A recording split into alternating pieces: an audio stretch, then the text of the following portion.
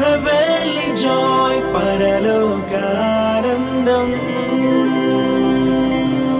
శ్రమల లోయను నేను వారికి నిరీక్షణ ద్వారముగా చేస్తాను.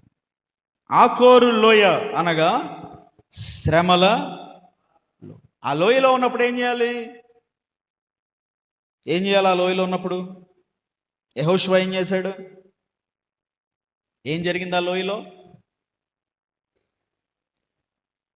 యేసుప్రభు అన్నాడు, విత్తుటకు బయలుదేరువాడు విత్తుచు ఏం చేస్తాడంట?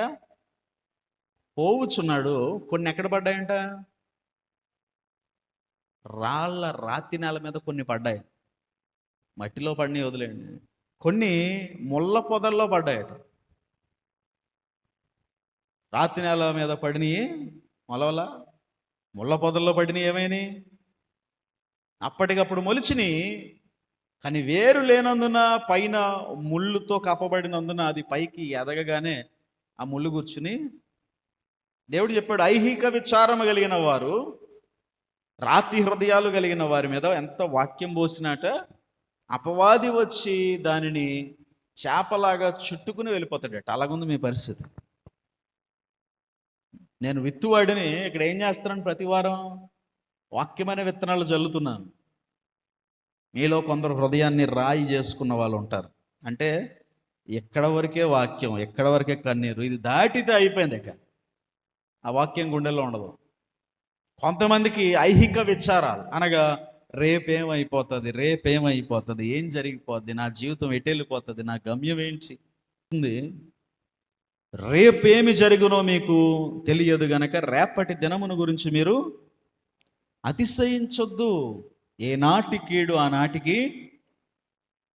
వాక్యము ఎవరి హృదయంలో నిక్షిప్తమై ఉంటుంది, ఎవరి హృదయంలో భద్రంగా ఉంటుంది, ఎవరు వాక్యమును దాచుకోగలరు హృదయంలో అంటే, రేపటిని గురించిన చింత ఎవరికైతే ఉండదో, ఎవరైతే తమ భారము యెహోవా పైన మోపుతారో వారి జీవితంలో వాక్యం స్థిరంగా ఉంటుంది. ఎవరైతే టెన్షన్ పడిపోతారో, రేపేమవుద్ది, రేపేమవుద్దో తెలియదు, కానీ రేపు గురించి టెన్షన్ పడిపోయి ఈరోజు ఇటు చచ్చిపోతాడు. రేపు జరిగేది మనకు తెలియదు, జరుగుతుంది తెలుసా ఎవరికైనా? ఇప్పుడు రేపు ఇరాన్కి అమెరికాకి యుద్ధం మొదలైంది అంటున్నారు. చూసారా? ట్రంప్ స్టేట్మెంట్ ఇచ్చాడు, ఇంకా స్టార్ట్ చేస్తామని. ఈలోపే చాలామంది కంగారు పడిపోయి, హడావుడి పడిపోయి ఏం చేయాలి రకరకాల ప్లాన్ చేసేసి ఎక్కడికి పారిపోవాలి. ఎప్పుడు ఏది జరుగుతుందో మనకి తెలియనే. ఐహిక విచారాలు పక్కన పెట్టేయండి, హృదయాన్ని కఠినం చేసుకోవద్దు. దేవుడు చెప్పాడు, మాంసపును గుండెను మీకు ఇస్తాను, రాతి గుండెను మీ వద్ద నుండి. కనుక సెన్సిటివ్గా ఉండండి వాక్యాల పట్ల. వాక్యాన్ని హృదయంలో దాచుకోండి, అప్పుడు మీకు గుర్తుంటుంది. చక్కని ఉపదేశాలు మీకు చెప్పాను, స్తోత్రం. వాక్యమును క్షుణ్ణంగా వచనం వెంబడి వచనం ధ్యానించే భాగ్యం దేవుడు మనకి ఇచ్చాడు గనక మీరెవ్వరు దాన్ని పాడు చేసుకోవద్దు. వాక్యం చెప్తుంది, వాక్యము దొరుకు కాలము లేదానిని సంపాదించుకో. అది కరువు అయిపోయే కాలం ఒకటి వస్తుంది. వాక్యం బైబిల్లో ఉండడం కాదు, వాక్యం డైరీలో ఉండడం కాదు, వాక్యం ఎక్కడ ఉండాలి? అప్పుడు దాన్ని నీ వద్ద నుంచి ఎవడు దొంగిలించలేడు. కాబట్టి చెబుతున్న వాక్యాన్ని రాసుకుంటున్నారు, మంచిదే. రాసుకున్న వాక్యాన్ని మళ్ళీ ఇంటికి వెళ్ళి ఎంతమంది ధ్యానం చేస్తున్నారు? ఎంతమంది దాని గురించి మళ్ళీ ఇంటికి వెళ్ళి సెర్చ్ చేస్తున్నారు? ఆదిమ సంఘం అంట అపోస్తులు చెప్పిన బోధన ఇళ్ళకి వెళ్ళిన తర్వాత అట్లా ఉన్నదో లేదో వారు ఏం చేస్తున్నారంట? పరిశోధిస్తున్నారు. మీరు పరిశోధించే వారిగా ఉండాలి. బ్లంట్గా నేనేం చెప్తే అది నమ్మేసేలాగా ఉంటే మీరు ఎందుకు ఎక్క? దైవజన్ మాట నమ్మాలి.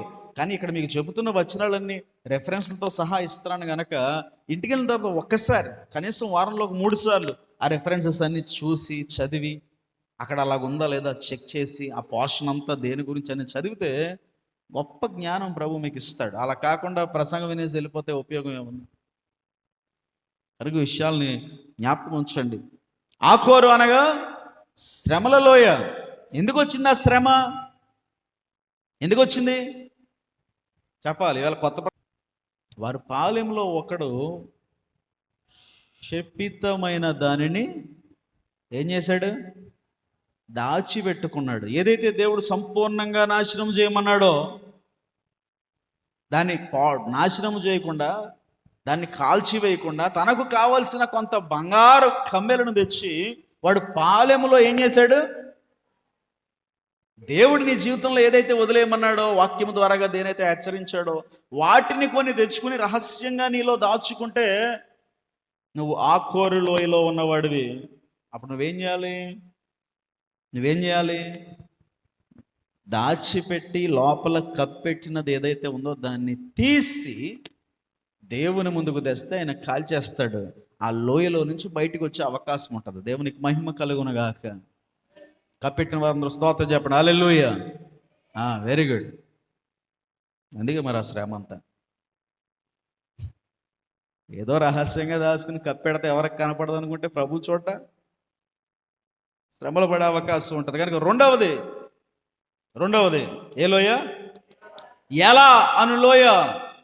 ఎలా అనగా భయం అనే లోయ. గొలియాతు వచ్చి భయపెట్టాడు. 6 మొరల జానెడు ఎత్తు కలిగిన వాడు, 10 అడుగుల ఇంచుమించు 10-11 అడుగుల ఎత్తైన వాడు, మొత్తం ఇశ్రాయేలు సమాజం అంతటినీ భయపెట్టినప్పుడు దావీదు వచ్చాడు ఆ ఏలాలోయకి. అన్నాడు, నువ్వు దేన్నైతే తిరస్కరిస్తున్నావో ఆ దేవుని నామాన్ని పట్టుకుని వచ్చాను. నువ్వు దేన్నైతే కలిగి ఉన్నావో ఆ ఈటను, డాలును, కత్తిని, దానిని నేను తిరస్కరించి నిలబడుతున్నాను అన్నాడు. దేవునికి స్తోత్ర.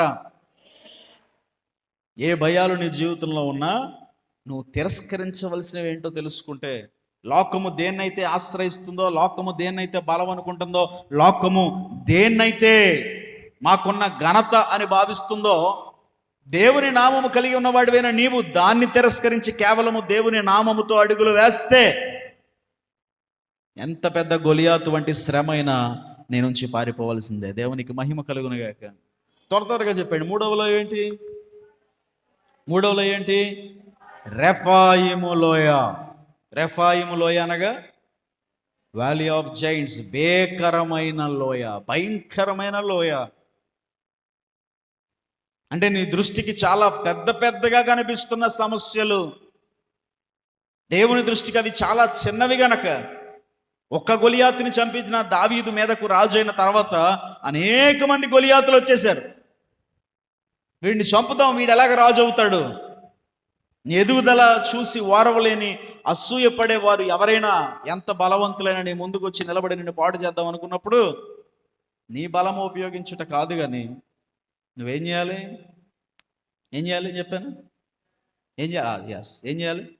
విచారణ చేయాలి, ఎంక్వైరీ చేయాలి. ఎవరి దగ్గర?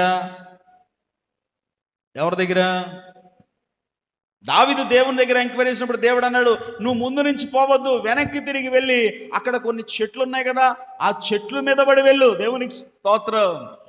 అప్పుడు నీకు విజయం వస్తుంది అనగా దావీదు అలా చేసినప్పుడు. అంటే దేవుడు ఉపాయం చెప్తాడు. వాక్యం చెప్తుంది, నీ మీద దృష్టి నిలిపి నీకు ఆలోచన చెప్పేదను. శోధింపబడు వారికి మార్గము చూపించి తప్పించు దేవుడను నేనే. దేవునికి మహిమ కలుగునుగాక. దేవుడు నీ కొరకు ఒక నూతనమైన దారి, నూతనమైన మార్గము వేయుటకు ఆయన సిద్ధముగా ఉన్నాడు. అది ఎలాంటి మార్గమచ? ఎడారిలో నేను నదులను ప్రవహింపజేసేదా అన్నాడు. దేవునికి స్తోత్ర. అసలు ఎడారిలో ఒక ఎండమావి కనపడమే, ఒక ఒయాసిస్ కనపడమే గొప్ప అయితే, దేవుడు తనను నమ్ముకున్న బిడలకు ఇస్తున్న వాగ్దానం ఏంటంటే, ఎడారిలో ఒక చిన్న సెలయేరును కాదయ్యా, ఎడారిలో ఏకంగా నదులనే ప్రవహింపజేయగల శక్తి గల దేవుడను నేను. దేవునికి స్తోత్ర. కాబట్టి ప్రియ దేవుని బిడ్డలారా, మీ శ్రమలలో మీ విచారణ దేవుని యొద్ద ఉండాలి, మనుషుల దగ్గర కాదు. కొంతమందికి ఎంక్వైరీలు చేసేస్తూ ఉంటారు. అలా చేస్తే ఎలా అవుతుంది, ఇలా చేస్తే ఏమవుతుంది, పెద్దల దగ్గరికి వెళ్ళి, వాళ్ళ దగ్గరికి వెళ్ళి, వీళ్ళ దగ్గరికి వెళ్ళి, అందరి దగ్గరికి వెళ్తారు కానీ దేవుని దగ్గరికి రారు. మోకరించి దేవుణ్ణి అడగారు, ప్రభువా ఈ అడుగేస్తున్నాను, ఏమవుతుంది, వేయొచ్చా వేయకూడదా, నీ వాక్యం ద్వారాగా నాకు నేర్పించయ్యా, నాకు ఒక సూచన దయచేయి నా తండ్రి అని ప్రభు దగ్గర అడగరు. దావీదు అలా అడిగాడు గనక ఒక ఫిలిస్తీయుణ్ణి కాదు, 100 మంది 1000 మంది ఫిలిస్తీయులను రెఫాయిము లోయలో హతమార్చాడు. దేవునికి మహిమ కలుగునుగా. 4వ లోయ బాకా లోయ. దేవుడు సెలవిస్తున్నాడు, ఇశ్రాయేలు ప్రజలు బాకా లోయ వెంబడి వారు వెళ్ళొచ్చు. ఆ బాకా లోయను వారు ఏం చేస్తున్నారు? జలమయముగా చేస్తున్నారు. వారు తిరిగి వచ్చినప్పుడు తొలకరి వానను కురిపించి నేను దీవెనలతో వారిని కప్పేదను. దేవునికి మహిమ కలుగునుగాక. వారు బలి కోసం తీసుకెళ్తున్న గొర్రె పిల్లలు అనగా దేనికి సాదృశ్యం అని చెప్పాను? దేనికి దేనికి నువ్వు మోస్తున్న గొర్రె పిల్ల దేనికి సాదృశ్యం? క్రీస్తుగా. దేనికి? మన భారములు మోయిచున్న గొర్రె పిల్ల క్రీస్తు. బలి అర్పణ ఇచ్చుటకు వారు తీసుకెళ్తున్నారు. ఏం తీసుకెళ్తున్నారు? గొర్రెలు తీసుకెళ్తున్నారు. చిన్న గీత పడకూడదు, చిన్న మచ్చ దాని మీద ఉండకూడదు, రక్తం రాకూడదు, మురికి అంటకూడదు. ఆ తెల్లని చక్కని గొర్రె పిల్లను తీసుకెళ్ళి యాజకుడికి చూపిస్తే అతను కన్ఫర్మ్ చేస్తే దాన్నే స్వీకరించబడుతుంది బలిగా. ఏ చిన్న మచ్చ ఉన్న దాన్ని తొలగిస్తారు. ఈ బాకాలోయలో గుంటల్లో పడి ఈ కొండ చర్య విరిగి పడుతుంటే ఆ రాళ్లల్లో ఆ తుఫానులో వీరు బయలుదేరి వెళ్ళి ఆ సియోను కొండకు చేరుకుని బలి ఇవ్వాలంటే దాన్ని భుజం మీద మోసుకుని వెళ్ళాలి. ఆ గొర్రె పిల్ల నీ సాక్ష్యమునకు సూచన. నువ్వు ఎంత ఇబ్బంది అయినా, ఎంత కష్టమైనా నీ సాక్ష్యమును దేవుని కొరకు ఇబ్బంది పడైనా, వారి గీతలు పడుతున్నాయి, వారి ఒంటికి గాయాలవుతున్నాయి, కాళ్ళకు నెత్తురు గారుతుంది, అయినప్పటికీ గొర్రెకి మాత్రం చిన్న గీత పడకుండా తీసుకెళ్తున్నారు. దేవునికి మహిమ కలుగునుగాక. ఈ లోకములో మనకు ఎదురవుతున్న ఆకర్షణలో, బలహీనతల్లో, శ్రమల్లో, ఇబ్బందుల్లో మన ముందుకు వస్తున్న శత్రువు చేస్తున్న తాండవము మన ముందు భయంకరముగా బేకరముగా కనబడుతున్నప్పటికీ మన సాక్ష్యమును కాపాడుకొనుటకు అది రక్తమైనా, అది దెబ్బలైనా, అది కరువైన, ఉపద్రవమైన, రోగమైన నిలబడి ఆ సాక్ష్యమును కాపాడుకుంటే దాన్ని దేవుడు స్వీకరించి వారు తిరిగి వచ్చినప్పుడు ఎలాగైతే తొలకరి వానను కొమ్మరించి దీవెనలతో వారిని కప్పాడో మన పక్షమును కూడా దేవుడు అదే ప్యాటర్న్. దేవునికి స్తోత్రం. అది ఎంత కష్టమైనా, ఎంత ఇబ్బంది అయినా నీ సాక్ష్యమును కాపాడుకోవడానికి నువ్వు ప్రయత్నం చేస్తే తొలకరి వానని పైన కొమ్మరిస్తాడు. దేవునికి స్తోత్రం. తొలకరి వాన దీవెనలు కురిపించువాన, పరిశుద్ధాత్మవాన ప్రభు వర్షించు నీ జీవితాన. హల్లెలూయా. పాటలకు సమయం లేదు, చాలా సబ్జెక్ట్ ఉంది ఈవేళ. కనుక బాకాలోయలో నువ్వు ప్రయాణించి వెళ్తున్నప్పుడు అలాంటి ఇబ్బందులు, ఈ ప్రయాణం కష్టమైపోతుంది, సాక్ష్యాన్ని కాపాడుకోవడానికి చాలా ఇబ్బంది అవుతుందండి. నేను నా టెస్టిమోని మెయింటైన్ చేయడం అంత ఈజీగా లేదు, చాలా టఫ్గా ఉంది, చాలా కష్టంగా ఉంది, అవ్వట్లేదు నా వల్ల. అవ్వకపోయినా, నువ్వు గాయాల పాలైనా, దానివల్ల స్ట్రెస్ గురైనా, దానివల్ల యాంగ్జైటీ పెరిగినా, ఏం జరిగినా సరే నువ్వు కాపాడుకుంటే రివార్డు చాలా పెద్దది. దేవునికి స్తోత్రం. అది మనుషులు కొమ్మరించే వర్షం కాదు, అది ఆత్మవర్షం. పరిశుద్ధమైన ఈవులతో, పరిశుద్ధ అలంకృతులతో, ఆత్మ వరాలతో నిన్ను కప్పే వర్షం అది. దేవునికి స్తోత్రం. ఆ వర్షం నీ మీద పడి ఆ దీవెనలు నిన్ను కప్పాలంటే నువ్వు కాపాడుకోవాలి నీ సాక్ష్యాన్ని. అక్కర్లేదనుకుంటే అది నీ ఇష్టం. ఐదవది ఏంటది చెప్పాలందరూ? ఏ లోయ? ఎముకల లోయ. నరపుత్రుడా, నీకేం కనపడుచున్నదని ప్రభువే ఒక లోయలో యెహెజ్కేలుని దింపి అడిగినప్పుడు యెహెజ్కేలు అటు ఇటు తిరిగి చూసి బొత్తిగా ఎండిపోయిన ఎముకలు కనపడుతున్నాయి ప్రభువా అన్నప్పుడు దేవుడు అన్నాడు, ఈ ఎముకలు తిరిగి జీవించుట సాధ్యమేనా అంటే యెహెజ్కేలు అన్నాడు, ఏమో నీకే, నాకేం తెలుసయ్యా, ఈ చూస్తుంటే అయ్యే పనిలో లేదు, ఎముకలు మళ్ళీ జీవం ఎలాగొస్తుందయ్యా? ఈ లోయ ఎలాంటి లోయ? ఎముకల లోయ అంటే వ్యాలీ ఆఫ్ హోప్లెస్నెస్, అంటే నిరీక్షణకు ఆధారము లేని లోయ, అంటే ఇక ఆశలు లేని లోయ. చాలా మంది జీవితాలు అలాగుంటాయి, ఇంక నాకు ఏ ఆశ లేదు. నాకింకా ఆశలు లేవను కొనగా నా ఆశ నీవైతివే, ఆశలు తీర్చితివే, నాకింకా ఆశలు లేవను కొనగా నా ఆశ నీవైతివే, ఆశలు తీర్చితివే, ఎన్నెన్నో మేలులు చేసితివే, ఎట్టులా స్తోత్రించెదన్, నిన్ను ఎట్టులా కీర్తించెదం. హల్లెలూయా యేసునాదా, కృతజ్ఞత స్తుతి నీకే. హల్లెలూయా. ఇప్పుడు మన దేవుడు ఆశలు లేని చోట ఒక నూతనమైన చిగురు పుట్టించగల దేవుడు. ఎందుకో తెలుసా? మన యేసు ప్రభు ఎలా వచ్చాడు తెలుసా? యెషయి అను మొద్దున చిగురు ఉదయించునని రాయించాడు. దేవునికి స్తోత్ర. మొద్దులో నుంచి చిగురు రావడం అంటే కొట్టబడి నరకబడి పక్కకు పడేసిన ఎండిపోయిన మొద్దది.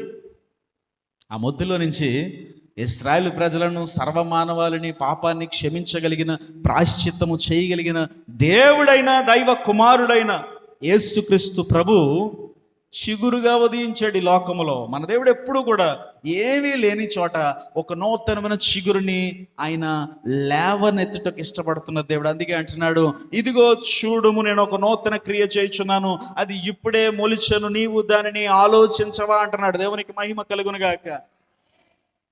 ఆశ ఉంటే ఆ ఆశలో నుంచి ఒక చిగురు మొలవడం పెద్ద విషయమేమి కాదు. ఒకటిస్తాడని నీకు హోప్ ఉంది, ఆడేవడం పెద్ద సంగతి కాదు. ఇది జరుగుతుందని నీకు ఒక చిన్న నమ్మకం ఎక్కడ ఉంది, అది జరిగితే పెద్ద విషయమేమి కాదు.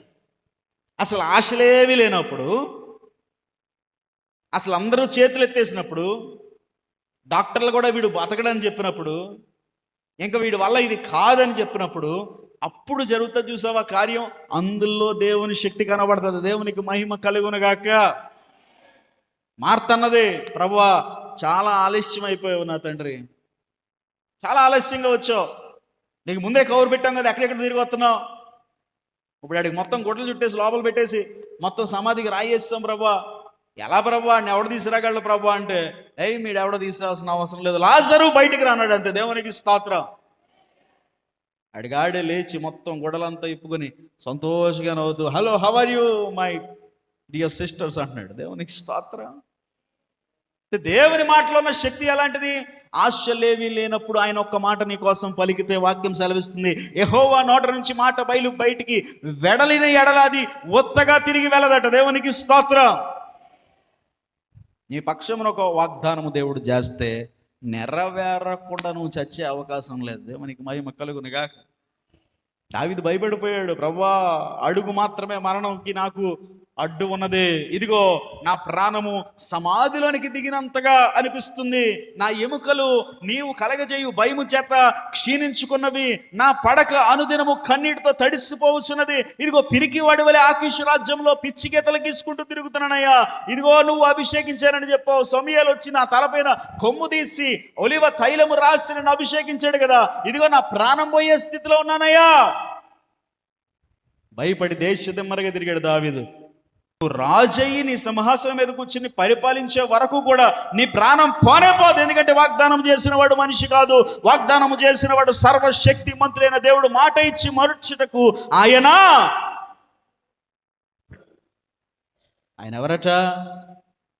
ఎవరట? నమ్మదగిన దేవుడు. దేవునికి స్తోత్ర. నువ్వు కొట్టబడినా నెట్టబడినా నీ తలను పైకెత్తుతానని వాగ్దానం చేస్తే ఎత్తి తీరతాడంతే. దేవునికి మహిమ కలుగునగాక. కొట్టబడిన వేళ నన్ను చేరదీసినావే,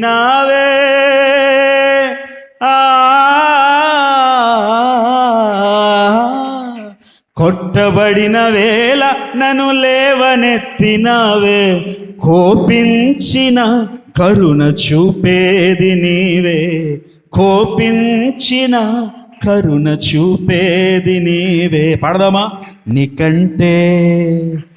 నీకంటే నమ్మదగిన దేవుడెవరయ్యా, నీవుంటే మాతో ఏ భయము లేదయ్యా. పాడండి. నీకంటే నమ్మదగిన దేవుడెవరయ్యా, నీవుంటే మాతో ఏ భయము లేదయ్యా, మేలు కొరకే అన్ని జరిగించు యేసయ్యా, కెడు వెనక్కి ఆశీర్వాదం పంపుతావయ్యా, నీకంటే నమ్మదగిన నీవుంటే మాతో. హల్లెలూయా. కనుక పాడడం కాదు, వాగ్దానంను గట్టిగా పట్టుకోవాలి. వాగ్దానం పట్టుకుని ప్రవచించాలి. దేవునికి మహిమ కలుగునుగాక. అప్పుడు హెచ్కేల్ అన్నాడు, ఏమో నీకే తెలుసు అంటే, ఏమో నీకే తెలుసు అంట పెట్టరా, నేను ఈ లోయలో దించిన వాడిని నేనే, ఈ లోయలో అటు ఇటు నడిపించిన వాడిని నేనే, ఇక్కడ ఎండిపోయిన ఎముకలు ఉంటాయని నాకు తెలుసు, నేను దించానంటే ఒక అర్థం ఉంది వెనకాల. దేవునికి మహిమ కలుగునుగాక. ఒక శ్రమలోకి మనం దిగామంటే, ఒక ఎండిపోయిన పరిస్థితుల్లో మనం తిరుగుతున్నామంటే, ఇదిగో జీవము లేనివాడు ఒకటి తిరిగితే అక్కడ జీవం రాదు, కానీ ఇదిగో ఆయన జీవం మనలో ఉంచాడు కనుక యేసు చెప్పాను, నేనే మార్గము సత్యము జీవం అన్నాడు కనుక ఆయన యందు జీవిస్తున్నాం. మనము ఎండిపోయిన లోయలో తిరుగుతున్నాం అంటే దానికి అర్థము ఆ ఎండిపోయిన పరిస్థితుల మధ్యలో మనము కూడా ఎండిపోవాలనేది కాదు. వాక్యం చెప్తుంది, వాడు నిత్యము ఫలమిచ్చు చెట్టు వలె ఉంటాడు. దేవునికి స్తోత్రం. వాడి పిల్లల భోజన బల చుట్టూ పచ్చని ఒలివ మొక్కల వలె ఉంటారు. దేవునికి మహిమ కలుగునుగాక. ప్రపంచం అంతా ఎండిపోయినా నీలో జీవించు యేసయ్య ఉన్నాడు గనక ఖచ్చితంగా నువ్వు ఎండిపోవు. రాసి పెట్టుకో పెద్ద పెద్ద అక్షరాలతో, ఎండిపోయే జీవితము నీది కాదు. జీవము కలిగిన దేవుణ్ణి నమ్ముకున్నాం మనము. ఎండిపోతున్నావని సాతాను చెప్తే, నువ్వు ఎండిపోయిన స్థితిలో ఉన్నావని నీ ఇంట్లో వాళ్ళంటే, లేదా నువ్వు ఎండిపోతున్నావని నీతో సాతాను అపవాది అంటే, నీతో నీకే అనుకునే పరిస్థితుల్లో నువ్వు ఉంటే దాన్ని ఎలా నమ్ముతున్నావు? నమ్మొచ్చాలంటే మాటలు మన దేవుడు ఎవరు? జీవమైన దేవుడు. దేవునికి స్తోత్రం. జీవమిచ్చువాని బట్టి సమస్తం చేయగలం. మనం జీవమిచ్చువాని బట్టి సమస్తం చేయగలం. ఈ మాట పలకండి. జీవమిచ్చువాని బట్టి సమస్తం చేయగలం. మనం జీవమిచ్చువాని బట్టి సమస్తం చేయగలం. హల్లెలూయా హల్లెలూయా మరణాతా ఆమేన్. మా చిన్నప్పుడు సండే స్కూల్లో నేర్పించారు ఈ పాట. జయమిచ్చువాని బట్టి సమస్తం చేయగలం, మాకు శక్తినిచ్చువాని బట్టి సమస్తం చేయగలం. మన దేవుడు ఎవరు? జీవమైన వాడు, జీవించుచున్నవాడు. దేవునికి స్తోత్రం. మనము కూడా జీవించుచున్నవారిని. ఆయన జీవములో పాలు మనకి దొరికింది. మనం మృతమైన వారిని కాదు. మనం నమ్ముకున్న దేవుడు మృతమైన వాడు కాదు. ఒకవేళ మృతమైన పరిస్థితిలో మనల్ని దించాడంటే, ఆ పరిస్థితుల్లో ఉన్న ప్రాంతంలో ఉన్న ప్రాంగణంలో ఉన్న ప్రతి దానిలోకి నిన్ను బట్టి జీవము రప్పించడానికే దించాడు. దేవునికి మహిమ కలుగునుగాక. చచ్చిపోవడానికి సిద్ధంగా ఉన్న కరోనా పేషెంట్స్ మధ్యలో ఒక డాక్టర్ తిరుగుతున్నాడంటే అర్థం ఏంటి? కరోనా వచ్చి పోవడానికి తిరుగుతున్నాడా? కరోనాలో ఉన్నవారు అందరినీ రక్షించడానికి తిరుగుతున్నాడా? అతడు వైద్యుడు. 100 మంది శత్రువులను తుపాకీలు పట్టుకుని ఒక 100 మంది శరణార్థులను భయపెడుతున్న తీవ్రవాదుల మధ్యలోనికి ఒక పోలీస్ దిగాడంటే దానికి అర్థం ఏంటి? చచ్చిపోవడానికి దిగాడా? శరణార్థులుగా ఉన్నవారిని చంపేయడానికి దిగాడా? దేనికి వరకు దిగాడు? గమనించండి ప్రియ దేవుని బిడ్డ, నువ్వు క్రైస్తవుడిగా దేవుని బిడవగా ఒక శ్రమలో దేవుడు నిన్ను ఉంచాడంటే, ఒక కష్టమనే లోయలో ఉంచాడంటే, నిరీక్షణ లేని ఎండిపోయిన లోయలో నువ్వు దిగావంటే దానికి అర్థము నీ చుట్టూ ఉన్న పరిస్థితులు ఎండిపోయినాయి కదా, నువ్వు కూడా ఎండిపోతావు, ఇదిగో అవి చూస్తూ బాధపడని కాదు. ఆ ఎండిపోయిన ఎముకలలోని కూడా జీవము రప్పించడానికి యేసయ్య నిన్ను అక్కడ దింపాడు. ఆయనే అటు ఇటు తిప్పుతున్నాడు. కంగారు పడకు, ఆయన జీవము నీలో ఉంది. నీలో ఉన్న జీవము నీ ప్రాంగణంలోనికి, నీ కుటుంబంలోనికి, నీ పరిస్థితుల్లోనికి కూడా వెళ్ళబోతుంది. ఎండిపోయిన ఎముకలు కూడా లేవబోతున్నాయి. దేవునికి మహిమ కలుగునుగాక. ఏమో నీకే తెలియనంటే, దేవుడు అన్నాడు, నాకు తెలిసేది లేదు, నీకు తెలిసేది లేదు. నువ్వు లెగిసి వెళ్ళి ఒక మాట చెప్పు. ఏం చెప్పాలి ప్రభా? యెహోవా జీవము తోడు, మీలోనికి జీవము వచ్చునుగాక. దేవునికి స్తోత్రం. అనగానే ఎముకలన్నీ కూడా లేచి ఒక్కొక్కటిగా నిలబడుతుంటే గడ గడ గడ గడమను శబ్దము వినబడుతుందంట. ఈ శబ్దం ఏంట్రా అని భయపడి చూసినంతట్లోనే నరములు వైరుల్లాగా ఆ ఎముకల చుట్టూ గిర్ర గిర్ర గిర్ర గిర్ర తిరిగిపోతున్నాయి. ఏంట్రా ఏం జరుగుతున్నాడు? మాంసము చతుక్కుంటుంది. ఏంట్రా ఏం జరుగుతున్నాడు? చర్మం వచ్చేసింది, కళ్ళు వచ్చేసినాయి, ప్రభు అన్నీ వచ్చేసినాయి. జీవము లేదంటే ప్రభు, రోబోట్స్ లాగా నిలబడ్డారు, బొమ్మల్లాగా ఉన్నారంటే ప్రభు అన్నాడు, నువ్వేం చేయొద్దు నన్ను ఒక్కసారి ఊదు. దేవునికి స్తోత్రం. ఉఫ్ అనగానే వాళ్ళందరూ కదిలి నడుస్తున్నారు. అసలు ఎలా ఉండుంటుందో ఊహకే అందదు మనకది. నీ పరిస్థితి కూడా అలా ఉంటుంది. నిరీక్షణ లేని లోయలో నువ్వు ఉంటే ప్రవచించు. దేవునికి స్తోత్రం. నిరాశ పడకు, దిగులు పడకు, ఇది ఇంక అవుతుందో లేదని సందేహపడకు. నువ్వు నమ్ముకుంటున్నవాడు జీవమిచ్చువాడు, జీవించుచున్నవాడు. దేవునికి స్తోత్రం. ఆయన జీవింపజేయువాడు. ఎండిపోవుటకు నిన్ను విడిచిపెట్టే దేవుడు అస్సలే కాదు, అస్సలు కాదు. ఎండిపోయిన స్థితిలో మనల్ని వదిలేసేవాడితే మనకెందుకండి? ఈయన జీవం ఇస్తాడనే కదా మనం ఆయన దగ్గరికి వచ్చాం. ఆయన దగ్గరికి వచ్చి కూడా ఎండిపోతే, ఎండిపోతున్నావంటే నీ అవిశ్వాసం ఏమో కానీ దేవుని మీద దృష్టి నిలిపి, నా దేవుని జీవము నాలో ఉన్నది గనక నేను పచ్చని ఒలీవ తోట వలె ఉంటాను. దేవునికి స్తోత్రం. ఎండినది ఏది నాలో ఉండనివ్వడు నా దేవుడు. నేను ఇప్పుడు అలా ఉన్నానంటే నాలాంటి పరిస్థితిలో ఉన్నవారికి కూడా జీవమిచ్చుటకు దేవుడు నన్ను నిలబెట్టాడు. దేవునికి స్తోత్రం. శ్రమ నీకు ఇచ్చాడు. ఆ శ్రమలోయలో ఉన్నావంటే ఆ శ్రమలో చాలామంది బాధపడుతున్నారు, ఆ శ్రమతో చాలామంది ఇబ్బంది పెడుతున్నారు. నిన్ను అందులోకి దించాడంటే వాళ్ళతో పాటు నువ్వు చచ్చిపోమని, ఎండిపోమని, పాడైపోమని కాదు, నిన్ను జీవింపజేసి నిన్ను బట్టి ఆ జీవమును వారందరిలో కూడా పంపబోతున్నాడు. దేవునికి మహిమ కలుగునుగాక. విశ్వసించి నమ్మి వాగ్దానాన్ని పట్టుకో. నిరీక్షణ నిరీక్షణ నిరీక్షణ ద్వారముగా నీవే అయిపోతావు. దేవునికి మహిమ కలుగునుగాక. ఇంకొక 2 లోయలు ఉన్నాయి. అగలను అగ్ని నుంచి తీయబడిన కొరివి వలె తయారు చేయాలని ఆశ కలిగిన దైవజనుడు నేను. కాబట్టి శ్రేష్టమైన ఆహారం మీకు ఇక్కడ పెడతాను. I challenge you. ఛాలెంజ్ అది. వెళ్ళండి ఎప్పుడైనా దేవుని బిడ్డ, నువ్వు పట్టుకుని హృదయంలో దాచుకుని దాన్ని ధ్యానం చేసి దాన్ని మనసులో పెట్టుకుంటే నీకెంత భాగ్యమో తెలుసా. ఈ వాక్యం నీతో మాట్లాడుతుంది. నీ జీవితంలో వచ్చే పరిస్థితుల్లో ఈ వాగ్దానం వచ్చి నిలబడుతుంది. ధైర్యంగా వెళ్ళిపోతావు, చాలా ప్రశాంతంగా ఉంటావు, చాలా స్ట్రాంగ్గా ఉంటావు. అనారోగ్యం కానీ, ఇబ్బంది కానీ, అప్పుల బాధలు కానీ, శత్రు భయం కానీ ఏది నిన్ను భయపెట్టలేదు. అలాంటి వాక్యాన్ని ప్రభు ఇస్తుండగా పట్టుకోవాలి. ఇంకొక 2 మరి లోయలు నేను చూపించి ముగిస్తాను. 6వ లోయ యెహోషువ గ్రంథము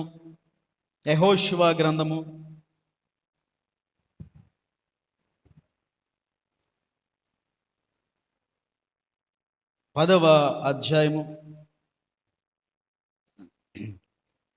12వ వచనం. యెహోషువ గ్రంథము 10వ అధ్యాయము 12వ వచనం. యెహోవా ఇశ్రాయేలుల ఎదుట అమోరీయులను అప్పగించిన దినమున ఇశ్రాయేలీయులు వినుచుండగా యెహోషువ యెహోవాకు ప్రార్థన చేశాను. సూర్యుడా నీవు గిబియోనులో నిలువుము. చంద్రుడా నీవు అయ్యాలోను లోయలో నిలువుము. 6వ లోయ ఏ లోయది? అయ్యాలోను లోయ అనండి. అయ్యాలోయ కాదు, అయ్యాలోను లోయ అనండి. అయ్యాలోను లోయ. అయ్యాలోను లోయ అనగా వ్యాలీ ఆఫ్ వానిషింగ్ టైం, అంటే ముగింపు సమయమునకు సాదృశ్యమైన లోయ.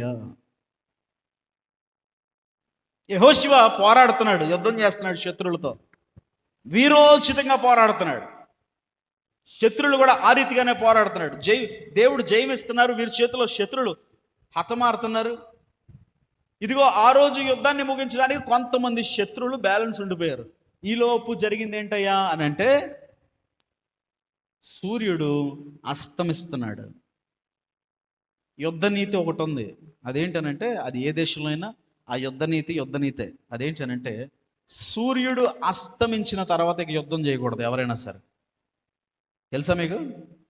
నా వైపు చూడండి. యుద్ధ నీతిలో భాగం ఏంటంటే, సూర్యుడు అస్తమించిన తర్వాత చీకటిలో దొంగగా ఎవరిని చంపకూడదు, చీకటిలో ఎవరి మీద పడకూడదు. ఇది యుద్ధమునకున్న నీతి. ఆ, ఈ యుద్ధ నీతి ఏంటంటే, సూర్యుడు అస్తమించే సమయం అయితే, అంటే సన్సెట్ అవుతుంది అన్నప్పుడు ఏం చేయాలంటే బోర ఊది యుద్ధాన్ని ఆపేయాలి. అలాంటి పరిస్థితి యెహోషువకు వచ్చింది. ముందర శత్రువులు చాలామంది ఉన్నారు. ఒకవేళ ఆ రోజు యుద్ధం గనక ఆగిపోతే ఈ మిగిలిన శత్రువులు ఏం చేస్తారంటే, వీరు వెళ్ళి వీరి దగ్గర మనుషులు తక్కువ ఉన్నారు గనక ఆ రాత్రికి రాత్రి ఇంకా చాలా మందిని పోగు వేసుకుని వస్తారు. రేపొద్దున యుద్ధం టఫ్ అయిపోవచ్చు. ఇది ముగింపు సమయమేక. ఆ మిగిలిన 100 మందినో ఆ మిగిలిన 150 మందినో చంపేస్తే ఇంకా అయిపోయింది. యుద్ధం ఏమైపోతుంది? యుద్ధం గెలిచేస్తారు. ఇశ్రాయేలుకు విజయం వచ్చేస్తుంది. ఒకవేళ 150 మందిని కనుక ఇప్పుడు వదిలేస్తే ఆ 150 మంది రేపొద్దున మళ్ళీ 1500 మందిగా తయారై వస్తారు. ఇప్పుడు ఏం చేయాలి? సమయం ఏమో లేదు, అస్తమయం అయిపోయింది. జస్ట్ ఒక 5 నిమిషాల్లో సూర్యుడు దిగిపోతాడు. 5 నిమిషాల్లో 150 మందిని చంపడం, ఈ మిగిలిన 500 మందిని చంపడం అసాధ్యం. ఏం చేయాలి ప్రభువా? సమయం అయిపోయింది. ఇది ఒక క్లిష్టమైన పరిస్థితి. అంటే మన చేతిలో ఉన్నది కాదు ఇది. దానికోసం యెహోషువ ఏమైనా చేయగలడంటారా? యెహోషువ ఏమైనా చేయగలడా? చీకటి అయిపోతుంది, చీకటి అయితే యుద్ధం ఆపేయాల్సిందే. వాళ్ళని చంపలేడక ఏం చేయాలి? ఇలాంటి లోయ పరిస్థితుల్లో చాలామంది మనం ఇక్కడ ఉంటాం. అదేంటంటే సమయము అయిపోతుంది. ఎంతమందికి ఉంది ఇలాంటిది? కొంతమంది గివప్ ఇచ్చేస్తారు. అంటే ఇంకా అయిపోయిందిలే, నా జీవితం ఏముంది, పిల్లలు కానేసాను, పెద్దోళ్ళు అయిపోయారు, ఇంకా నా బలం కూడా పోయింది, వయసు కూడా అయిపోయింది, ఇప్పుడు చదువుకునే వయసు కాదు, చదువుకునేటప్పుడు చదువును పాడు చేసుకున్నాను, ఇదిగో ఇప్పుడు కెరీర్ని దారిలో పెట్టుకోవడానికి కూడా నాకు పరిస్థితి లేదు, అయిపోయిందిలే నా వయసు, నా సమయం, నా ఆలోచన అంతా అయిపోయిందిలే, నా పరిశుద్ధత అంతా అయిపోయిందిలే, నా భక్తి జీవితం అంతా అయిపోయిందిలే, ఇంకా నేను పోరాడి అలసిపోయినా ఇంకేం లేదు, నా చేతుల్లో ఏం లేదు, జరుగుతుంది జరగనే, నా సమయం ముగిసిపోయింది, సమయం లేదు, ఇంకా ముగింపుకు వచ్చిందనే ఆలోచన చాలా పరిస్థితుల్లో చాలా విషయాలను బట్టి మనకు కలుగుతూ ఉంటుంది. నీ బిడ్డల జీవితంలో కూడా చాలాసార్లు ఇంక ముగిసిపోయిందిలే, ఇంక అవ్వదులే, ఇంకొక ఆప్షన్ లేదులే. సూర్యుడు దిగిపోతుంటే ఏం చేయగలం? సమయం అయిపోతుంటే ఏం చేయగలం? కానీ యెహోషువ ఏం చేశాడో తెలుసా? యెహోషువ అంటున్నాడు, చంద్రుడా నువ్వు అయ్యాలోను లోయలో నిలిచిపో. ఎందుకు నిలిచిపోవాలి అక్కడ? ఒకవేళ చంద్రుడు కనుక అయ్యాలోను లోయలో నుంచి బయటికి వచ్చాడు అని అంటే ఇటున్న సూర్యుడు లోపలికి వెళ్ళిపోతాడు. ఇప్పుడు యెహోషువ ప్రవచించాడు దేవుని నామం ఎత్తి. దేవునికి స్తోత్ర, హల్లెలూయా. ఇంకా ముగిసిపోయింది అనుకుంటున్న నీ పరిస్థితి ఏదైనా సరే, ఇవన్నీ మనకి ఏం నేర్పిస్తున్నాయి? ఈ లోయ అనుభవాలు దేవుడు మనకిచ్చిన అథారిటీ అలాంటిదో నేర్పిస్తున్నాయి. దేవునికి స్తోత్రం. నీ దేవుడు అధికారము కలిగిన దేవుడైతే ఆ అధికారము నీకు కూడా ఇవ్వబడిందనే సంగతి నువ్వు తెలుసుకోవాలి. దేవునికి మహిమ కలుగునుగాక. సృష్టిలో ఒకరోజు సూర్యుడు తిరగలేదని సైంటిస్టులు ప్రూవ్ చేశారు. అధికారికంగా ప్రూవ్ అయింది. మీరు గూగుల్లోకి వెళ్ళి ఒకసారి ఇంటికి వెళ్ళిన తర్వాత ChatGPTలోనే ఎక్కడైనా ఒకసారి కొట్టండి, బైబిల్ ఎంత నిజమో తెలుస్తుంది. ఈ సృష్టిలో సూర్యుడు ఎప్పుడైనా, చంద్రుడు ఎప్పుడైనా తిరగడం ఆపేసాడా అని మీరు తెలుగులోనే కొట్టి టైప్ చేయండి. కరెక్ట్గా సైంటిస్టులు ఏం ప్రూవ్ చేశారో మీకు అక్కడ చక్కగా వచ్చేస్తుంది. అదే చదివి కూడా వినిపిస్తుంది. సైంటిస్టులు ప్రూవ్ చేశారు, ఒకరోజు సృష్టిలో ఒక రోజు ఆగిపోయింది అన్నారు. దేవునికి స్తోత్రం. ఆపినవాడెవడు? యెహోషువ దేవుడా? యెహోషువ దేవుడా? దేవుడు చెప్తే ఆగిపోవాలి సూర్యుడు. ఈయనెవరు? నీలాంటి నాలాంటి ఒట్టి మనిషే కదా. అక్కడ జయించాలనే కోరిక ఉంది. ఇశ్రాయేల్ సమాజమునకు జయమివ్వాలనే కోరిక యెహోషువలో ఉంది గనక తను చెప్పినట్టుగా సృష్టి ఆగిపోయింది. దేవునికి మహిమ కలుగునుగాక. ఒకవేళ జయించాలన్న కోరిక నీదైతే, నువ్వు జయించి అనేకులకు జయమివ్వాలన్న కోరిక నీకైతే, నువ్వు దీవించబడాలనే కోరిక నీదైతే, నువ్వు దీవించబడి అనేకులను దీవించాలన్న కోరిక నీదైతే ఇలాంటి కార్యాలు జరుగుతాయి. ఎవరికి జరుగుతుందో తెలుసా? ముగిసిపోయింది చాప్టర్ అనుకున్నప్పుడు కూడా దాన్ని తిరిగి ఓపెన్ చేసి గెలవగలిగిన స్థాయి, సత్తా ఎవడుకుంటా తెలుసా? యెహోషువ జయించాలనుకో తన కొరకు కాదు, ఎవరి కొరకు? మన జీవితంలో ఇలాంటి లోయ పరిస్థితుల్లో ఆ చాప్టర్స్ ముగిసిపోతానే ఉంటాయి, అయిపోతానే ఉంటాయి. ఎన్నో చాప్టర్స్ జీవితంలో ముగిసిపోతాయి జయం లేకుండానే. సమయం అయిపోతూ ఉంటుంది జయం లేకుండానే. కారణం ఏంటయ్యా? మనము నేను బిర్యానీ తినాలి, నా పిల్లం పలావ్ తినాలి, నా పిల్లల పరవాన్నం తినాలి, మేమందరం తినేసి తొంగోవాలి. ఇది మన కాన్సెప్ట్. కాబట్టి మనకి రావాలంటే చేయాలి. యెహోషువ కాన్సెప్ట్ అది కాదు. ఒరే, నాతో ఉన్న సైనికులు చాలా విరోచితంగా ఎంతవరకు పోరాడి అలసిపోయారు.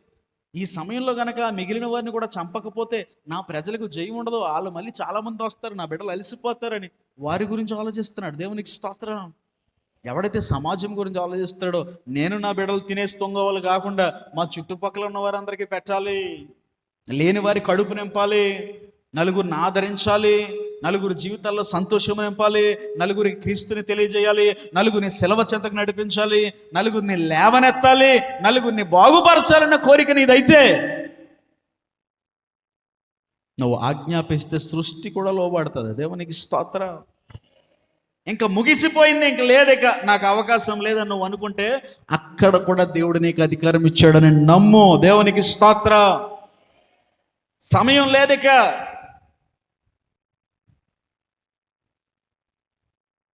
నేను ఒక సాక్ష్యం విన్నాను. ఒక దైవజనుల కుటుంబంలో ఒక పెద్ద ఆవిడ గురించి. ఆవిడ మొన్నే చనిపోయినట్టున్నారు. ఆవిడకి 36 సంవత్సరాల క్రితం డాక్టర్స్ చెప్పారంట, నీకు క్యాన్సర్ లాస్ట్ స్టేజ్లో ఉందమ్మా, నువ్వు ఇక చచ్చిపోతావు, ఎంతో కాలం బతకవు. ఆవిడ డాక్టర్ అలా చెప్పిన తర్వాత దరిదాపు తర్వాత 50 సంవత్సరాలు ఆవిడందట, లేదండి నా దేవుడు చెప్పాడు నాకు ఆయుష్ని ఇస్తానన్నాడు. దేవునికి స్తోత్రం. అలా చెప్పిన తర్వాత 50 సంవత్సరాలు ఆవిడ బ్రతికి మొన్నే ఆమె ప్రాణం పోయింది అమెరికాలో. అమెరికా నుంచి ఇక్కడ తీసుకొచ్చి ఆమెను బరియలు చేశారు. గొప్ప సాక్ష్యం. కృష్ణా జిల్లాలో జరిగింది అది. ఆ క్యాన్సర్తోనే ఆవిడ 50 సంవత్సరాలు సంతోషంగా బతికేసింది. ఇంకా సమయం లేదని డాక్టర్స్ చెప్పినా, నీ పని ముగిసిపోయిందని నీకు అనిపిస్తున్నా, సూర్యుడు అస్తమిస్తున్నా, ఆశలన్నీ ముగిసిపోతున్నా, నువ్వు కలిగి ఉన్న దేవుడు ఎవరంటే, నువ్వు అధికారంతో పలికితే అక్కడ కూడా నీకు జయమిస్తాడు. దేవునికి స్తోత్రం. ఆఖరి దాకా విడిచిపెట్టేవాడు కాదండి ఆయన. నీ పక్షమున ఏదైనా చేయగలిగిన దేవుడు. దేవునికి మహిమ కలుగును గాక. చూడండి సామెతల గ్రంథం 3వ అధ్యాయం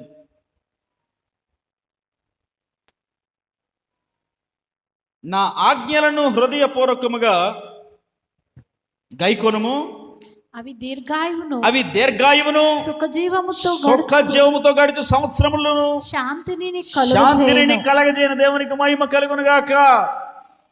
ముగిసిపోయిందని నువ్వు అనుకుంటే దేవుడు చెప్తున్నాడు, నువ్వు ఆయన ఆజ్ఞను గైకుంటే చాలు, అదే నీకు దీర్ఘాయువునిస్తుంది, శాంతి కలగజేస్తుంది. దేవునికి మహిమ కలుగును గాక. ఆమేన్. చూడండి 2వ రాజుల గ్రంథము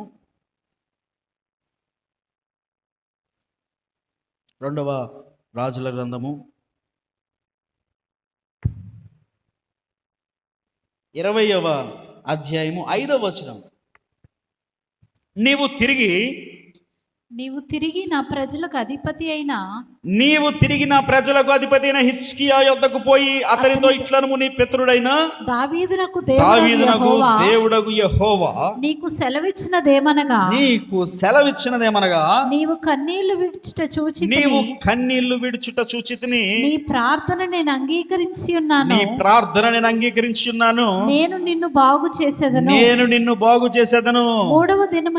3వ దినమున నీవు యెహోవా మందిరమునికి ఎక్కిపోదువు, ఇంకా 15 సంవత్సరముల ఆయుష్ నీకు ఇచ్చేదను.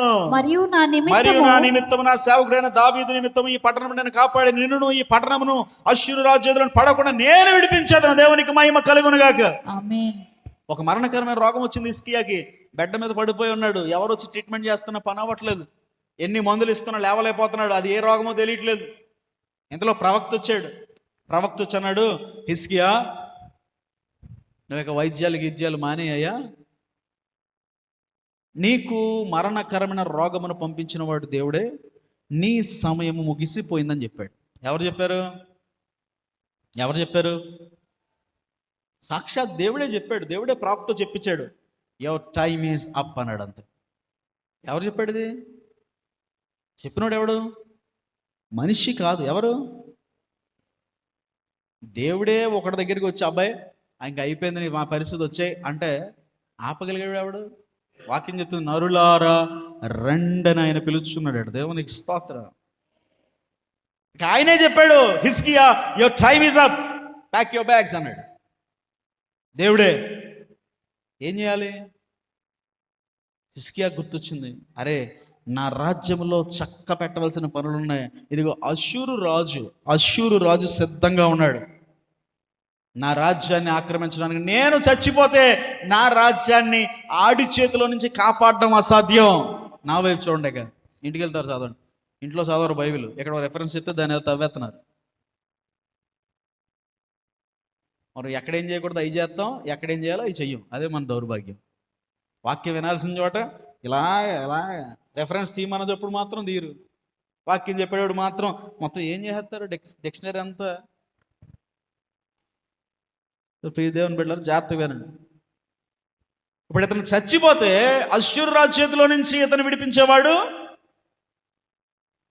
వెంటనే లేచి గోడ చుట్టుకు తల తిప్పుకొని కన్నీళ్లు విడుస్తున్నాడు. అయ్యా దయచేసి అయ్యా, ఇప్పుడు నన్ను తీసుకెళ్ళొద్దు నా తండ్రి, ఒక గొప్ప యుద్ధం ఉందయ్యా, నా బిడ్డలు చచ్చిపోతారయ్యా. అష్షూరు రాజు చాలా విపరీతంగా ఉన్నాడు, చంపేస్తాడు, నా రాజ్యాన్ని అందరినీ ఆక్రమిస్తాడంటే అతను కన్నీళ్లు విడవడం మొదలెట్టిన వెంటనే దేవుడు తన ప్రార్థన ఆలకించాడు. దేవునికి స్తోత్రం.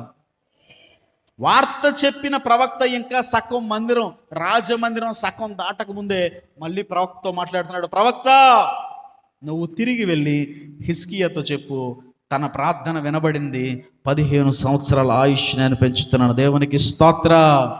ఆయుష్ను పెంచడమే కాదు, అష్షూరు రాజు చేతిలో నుంచి తనను తన రాజ్యమును విడిపిస్తానని చెప్పు. సమయం ముగిసిపోయిందని చెప్పిన వాడెవడు? దేవుడు.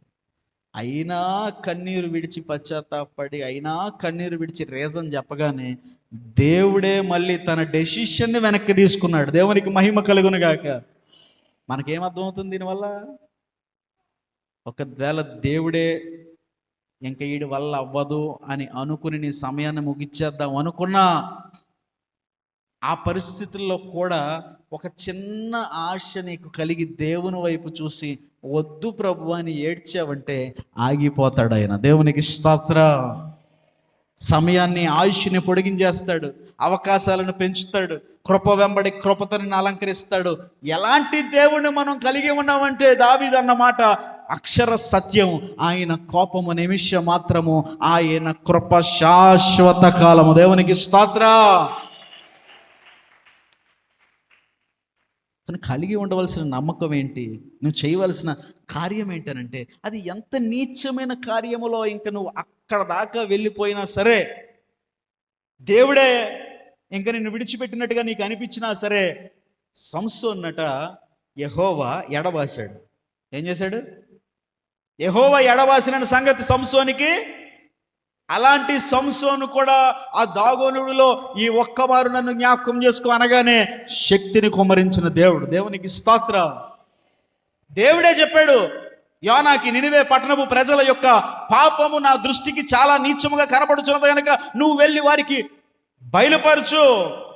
కొన్ని దినాలలో ఆ పట్టణమును నాశనం చేయబోతున్నాను, వారు నీచమైన ప్రజలని దేవుడే ప్రవక్త చెప్పి, ఈ ప్రవక్త వెళ్ళి వారితో చెప్తే వారు వినగానే పిల్లలేమి పెద్దలనేమి రాజుతో సహా గోనె బట్ట కట్టుకుని బూడిదలో కూర్చుని వారు ఏడుస్తుండగా మళ్ళీ దేవుడే చెప్పాడు, ఈ పట్టణమును నేను నాశనము చేయను. దేవునికి స్తోత్రం. అంటే మన దేవుడు ఎంత ప్రేమ కలిగిన దేవుడు అంటే, మనము ఈగోయిస్టిక్గా ఉంటాం, మన దేవుడు ఆయన ఈగో దెబ్బతిన్నా పర్లేదు, నువ్వు బ్రతకాలనుకుంటాడు. దేవునికి మహిమ కలుగునుగాక. మనం ఒక మాట చెప్తే ఆ మాట జరగకపోతే మనకి ఎలా ఉంటుంది? నా మాట జరగలేదా, నా మాటకు విలువ లేదా? మరి దేవుడే మాట పలికితే, అది చెయ్యకుండా ఆయనే వెనక్కి తిరిగితే ఇది ఎంత గొప్ప విషయం అండి. దేవుడే మాట పలికి అది చెయ్యకుండా ఆయన మనసును మార్చుకోవడం అంటే మన మనసులు మారడం గొప్ప విషయం కాదు. దేవుడే తన మనసును మార్చుకుంటే మన దేవుడు ఎంత గొప్ప దేవుడు అంటే, నోవహు సమయంలో ప్రజలందరినీ చంపేశాడు, హతమార్చేశాడు. వారందరూ ఏకమై చెడిపోయారు. ఒక యథార్థవంతుడు నోవహు ఉన్నాడు. ఆ నోవహు అతని బిడ్డలు మాత్రమే ఓడ మీదకి ఎక్కి బ్రతికారు. ఇదంతా అయిపోయిన తర్వాత దేవుడు కిందకి తొంగి చూశాడంట. భూమి అంతా శవములతో నిండిపోయి ఉన్నది. అప్పుడు దేవుడు పశ్చాత్తాపడ్డాడు. మనుషులు కాదు, ఎవరు పశ్చాత్తాపడింది? ఎవరు? అంత గొప్ప దేవుడు అండి.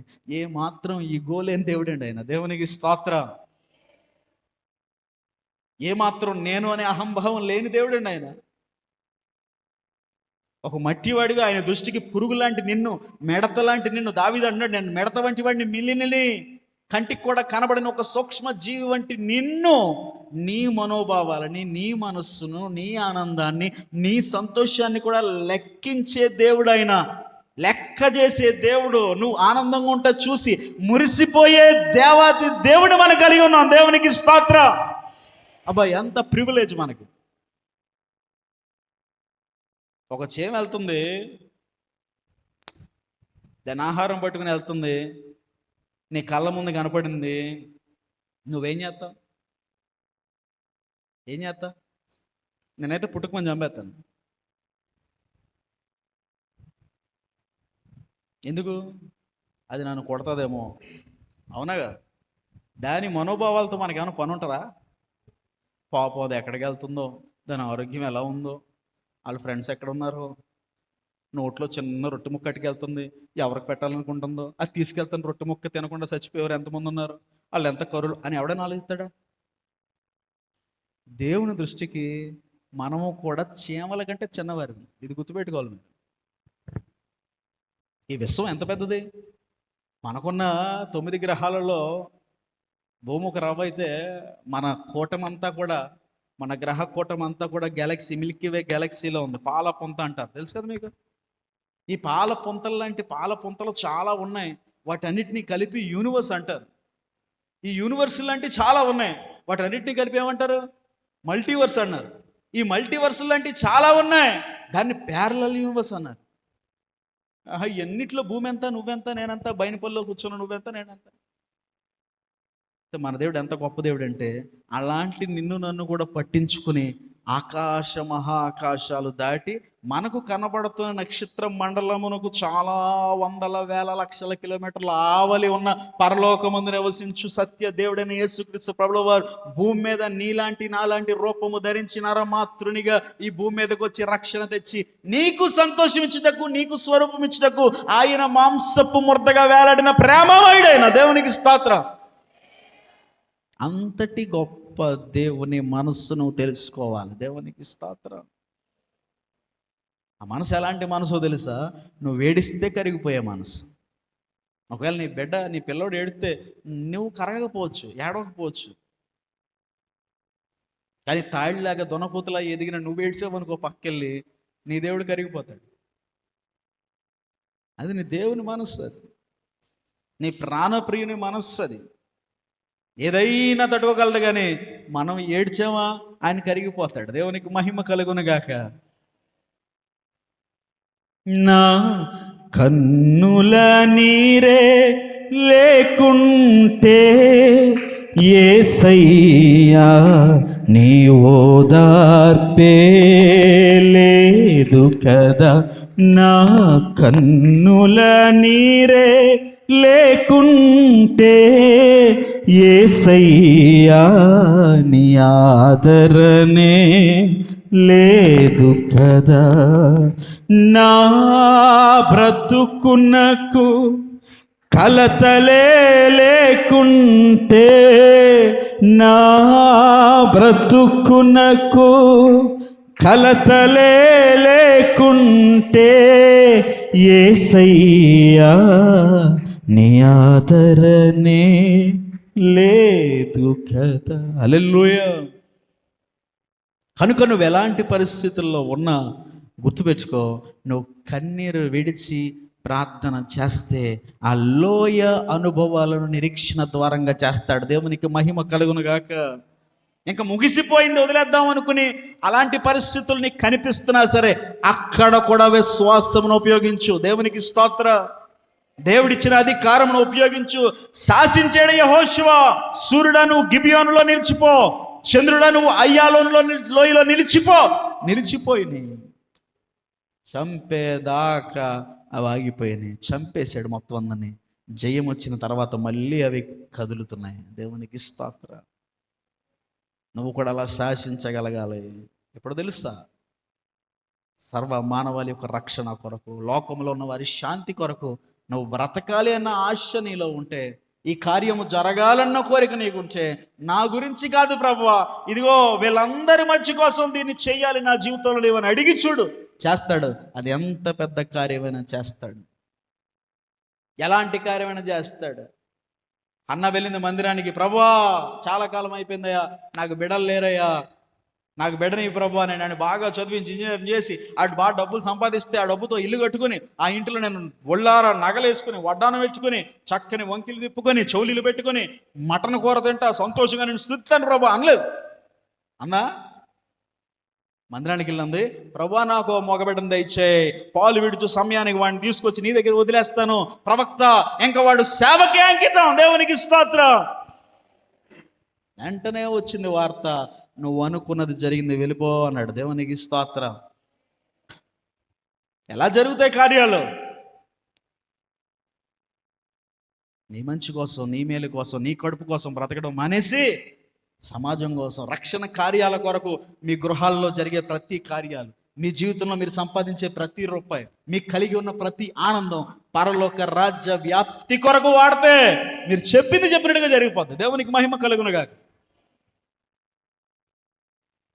మన ఇంట్లో బర్త్డే ఉంది, ఏం చేద్దాం? రండిరా మన ఫ్యామిలీ నలుగురు 5 స్టార్ హోటల్కి వెళ్ళి కడుపు నిండా మెక్కేసి సంతోషంగా షాపింగ్ చేసేసి ఓ 10,000 పెట్టి బట్టలు కొనేసి, ఇదిగో మీ అమ్మకి ఉంగరం కొనేసి, నీకు వడ్డానం కొనేసి. దేవుని బిడ్డల యాటిట్యూడ్ ఇది కాదు. నేను ప్రతిసారి చెప్తాను, మీ జీవితంలో ఏ కార్యం జరిగినా అది ప్రార్థనతో జరగాలి. అది దాని వల్ల దేవుని రాజ్యం వ్యాప్తి చెందాలి. నీ పిల్ల బర్త్డే, ఒక మీటింగ్ పెట్టి నీ బంధువులను పిలు, పాస్టర్ గారిని పిలు, వాక్యం ప్రకటింపజేయి. దేవునికి స్తోత్రం. 10,000 పెట్టి 20,000 పెట్టాలి బట్టలు కొనకుండా ఆ డబ్బులు తీసి నలుగురు పేదవారికి లేదా అనాథ శరణాలయాలు ఉన్నాయి, వృద్ధాశ్రమాలు, అక్కడికి వెళ్ళు, వాళ్ళకి అది పెట్టి దేవుని గురించిన వార్తను చెప్పు. నువ్వు అలా బతికితే అప్పుడు నీ జీవితంలో కార్యాలు జరుగుతాయి. అప్పుడు నువ్వు చెప్పింది చెప్పినట్టుగా చేసేస్తాడు దేవుడు. దేవునికి స్తోత్రం. ఎందుకంటే నీకోసం నువ్వు బతకవు కదా. నీ మ్యారేజ్ డే వచ్చింది, ఇదా దేవుని బిడ్డల జీవితం? అలా నువ్వు బ్రతికితే నీ జీవితంలో ఉన్న సమయం ముగిసిపోతుంది. నీకు దేవుడిచ్చిన సమయం ముగిసిపోతుంది. నువ్వు చేతులారా నీ సమయాన్ని కూడా పాడు చేసేసుకుంటావు. లేదు, సద్వినియోగము చేసుకో. ఎఫెసీయులకు రాసిన పత్రిక 5వ అధ్యాయం, కమాన్ తెద్దాం చూడు త్వరగా. ఎఫెసీయులకు రాసిన పత్రిక 5వ అధ్యాయం 15-16 వచనాలు. దినములు చెడ్డవి గనుక మీరు సమయమును పోనీయక సద్వినియోగము చేసుకుంటూ అజ్ఞానుల వలె కాక జ్ఞానుల వలె నడుచుకున్నట్లు జాగ్రత్తగా చూచుకొనండి. ఇందు నిమిత్తము మీరు అవివేకులు కాక ప్రభువు యొక్క చిత్తమేమిటో గ్రహించుకొనుడి. జనములు చెడ్డయి, నీ సమయాన్ని పాడు చేసే పనులు చేయొద్దు. అంటే స్కూలు ముఖ్యం కానీ పిల్లలకి మందిరం ముఖ్యం కాదా? ఏది ముఖ్యం?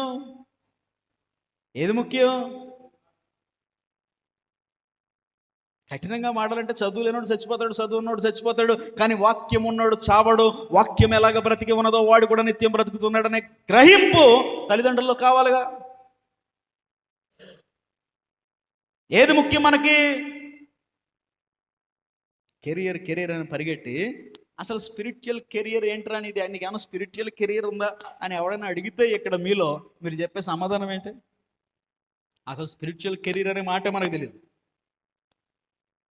మనకు తెలిసిందంటే ఏ కెరియర్ అంటే ఈ 70 సంవత్సరాల జీవితంలో నా పిల్లడు డాక్టర్ అయ్యాడా, ఇంజనీర్ అయ్యాడా,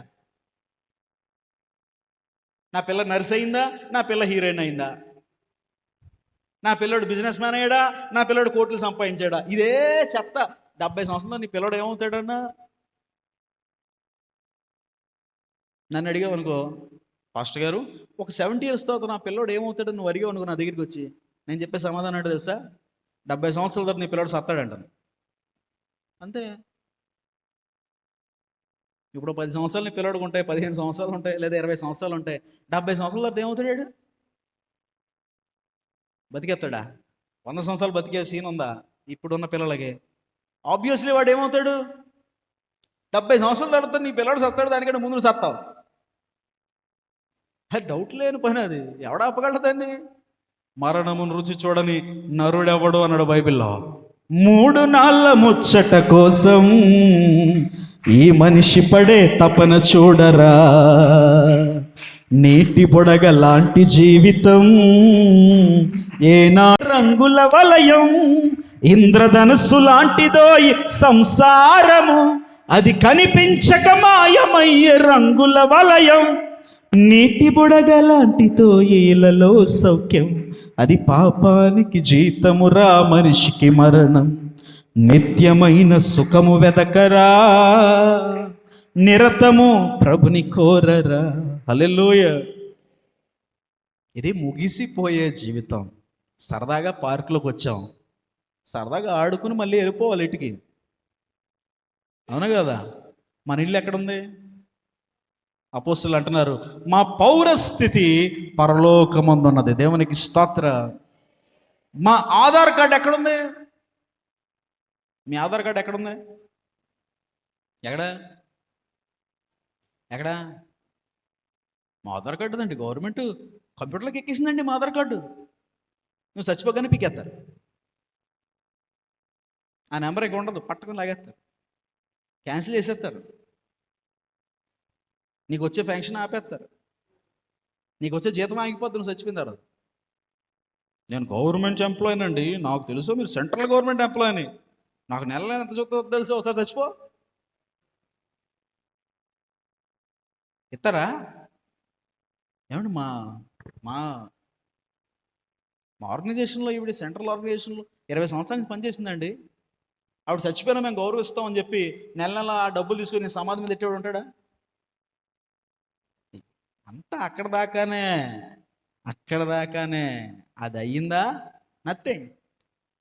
కానీ దేవుని బిడ్డ, నీకు ఒక నిరీక్షణ యేసుక్రీస్తు ప్రభు వారి ద్వారాగా దొరికింది. అదేంటో తెలుసా? నీ కెరియర్, దాని యొక్క ఫలము ఎక్కడ కాదు, అక్కడ ఉంటుంది. దేవునికి స్తోత్రం. మరి 70 ఏళ్ళ ఈ భూమి మీద బతుకుతావో సత్తావో తెలియని దీని కొరకు, ఈ కెరియర్ కోసం నువ్వు ఎంతో కష్టపడి అది చదివేసి ఇది అయిపోయి అది చేస్తావే, అసలు నువ్వు చచ్చిన తర్వాత మళ్ళీ చావు లేదన్న సంగతి నీకు తెలుసా? నిత్యము నువ్వు ఒకవేళ నరకంలో ఉంటే కాలుతా ఉంటావు, దేవునితో ఉంటే నిత్యము జీవిస్తూ ఉంటావు. అయితే ఆ జీవితము కోట్ల కోట్ల కోట్ల సంవత్సరాల నిడివని తెలుసుకున్న నీవు దాని కొరకు ఏం చేస్తున్నావు? ఆ కెరియర్లో ఒక ఉన్నతమైన స్థాయిలో ఉండాలని నువ్వు ఆశపడుతున్నావు, నువ్వేం చేస్తావు? దానికోసం ఏదో చేయాలి కదా.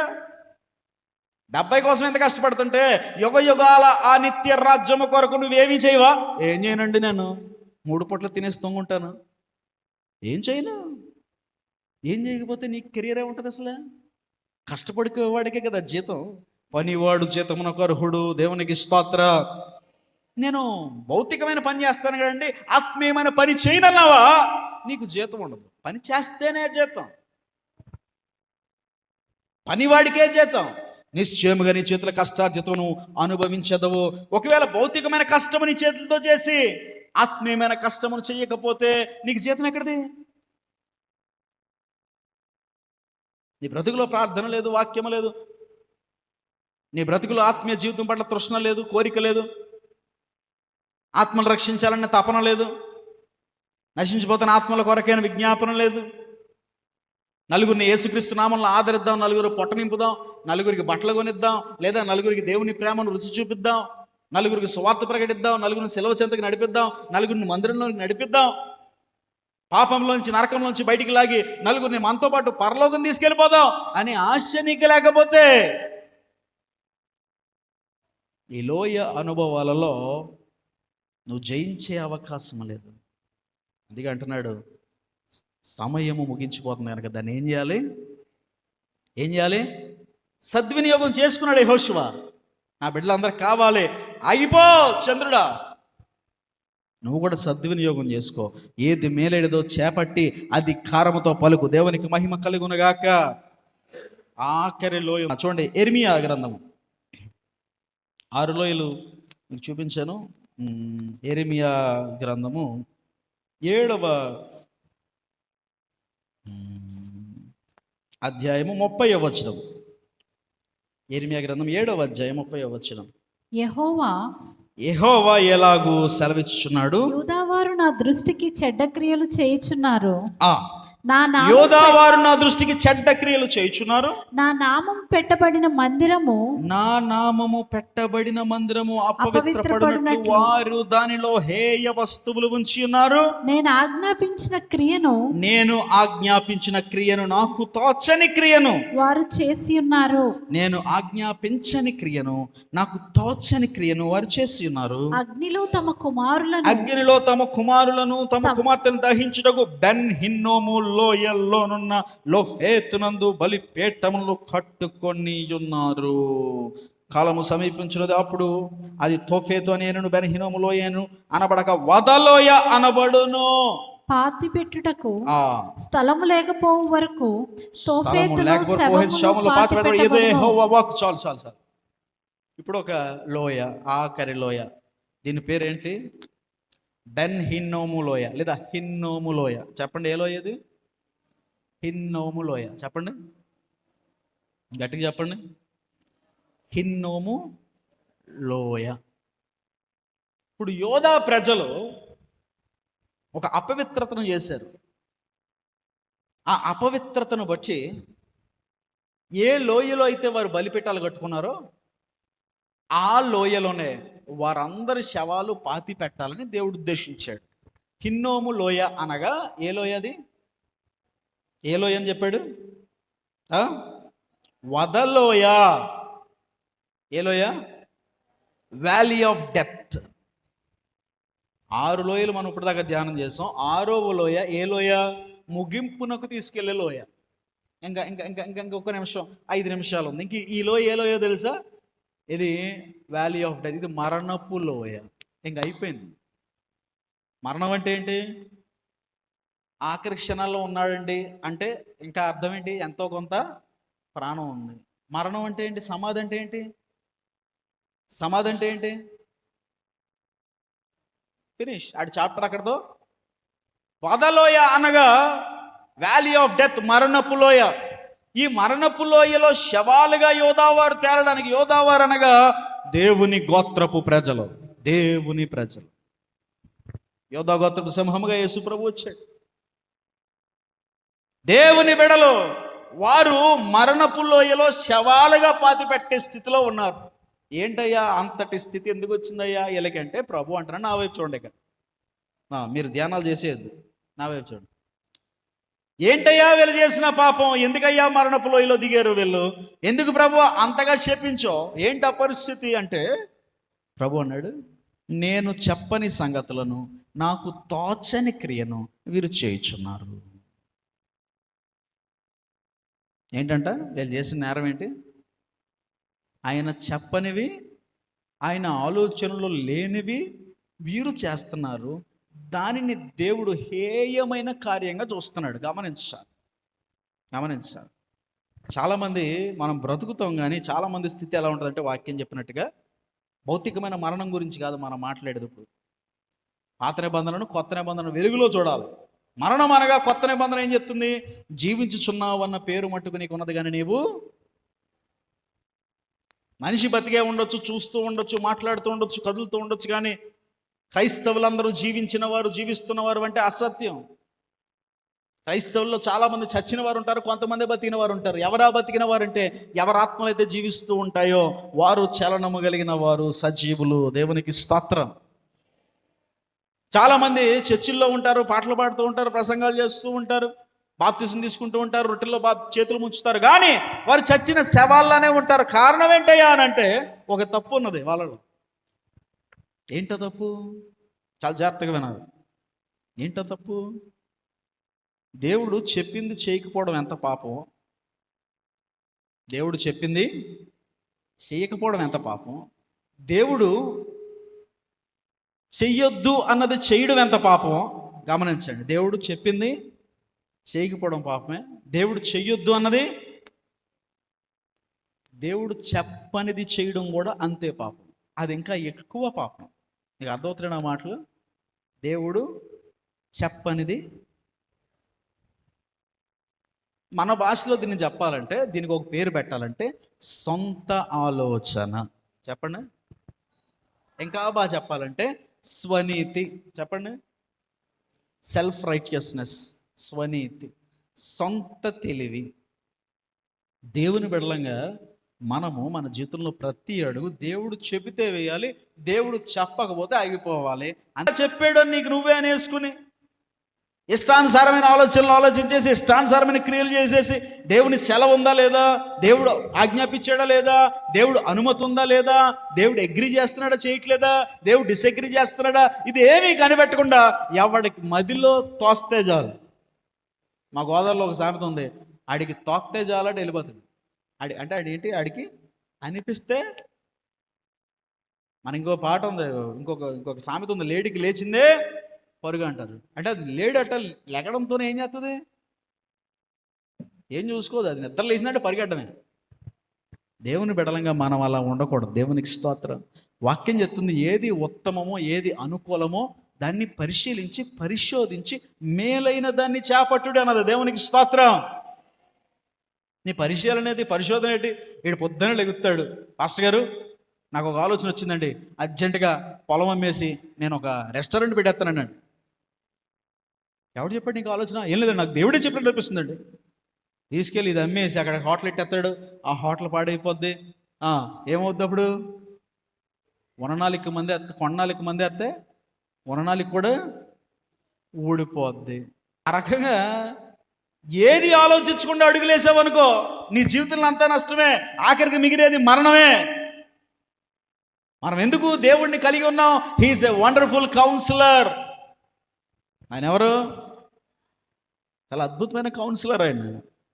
నీకేం చేయాలనిపించినా ఆయన దగ్గరికి వెళ్ళి అడుగు. దేవునికి స్తోత్రం. అడుగు, ఆలోచన తీసుకో, ఆయనతో మాట్లాడు. ఆయన చెబుతాడు ఇది చెయ్యాలా వద్దా, దైవజనుల ద్వారా చెప్పిస్తాడు, వాక్యం ద్వారా చెప్పిస్తాడు. అందులో ఉన్న లోటుపాట్లు ఏంటి, అది చేస్తే ఏమవుద్దో సమస్తము మాట్లాడి నీకు బయలుపరచుటకు శక్తి కలిగిన దేవుడు ఎల్లప్పుడూ నీతో మాట్లాడటకు ఎదురు చూస్తూనే ఉన్నాడు. దేవునికి స్తోత్రం. నీకు అర్థం కాదు ఈ విషయం, నీకు అర్థం కాదు. చాలామంది ఎందుకు వచ్చావు, ఈయన మాట్లాడతాడనే కదా, అందుకే వచ్చారా మీరు? మన దేవుడు ఎలాంటి దేవుడు? ఎలాంటి దేవుడు? చెవిటివాడు కాదు నా దేవుడు, నా మొర వినుచుండెను.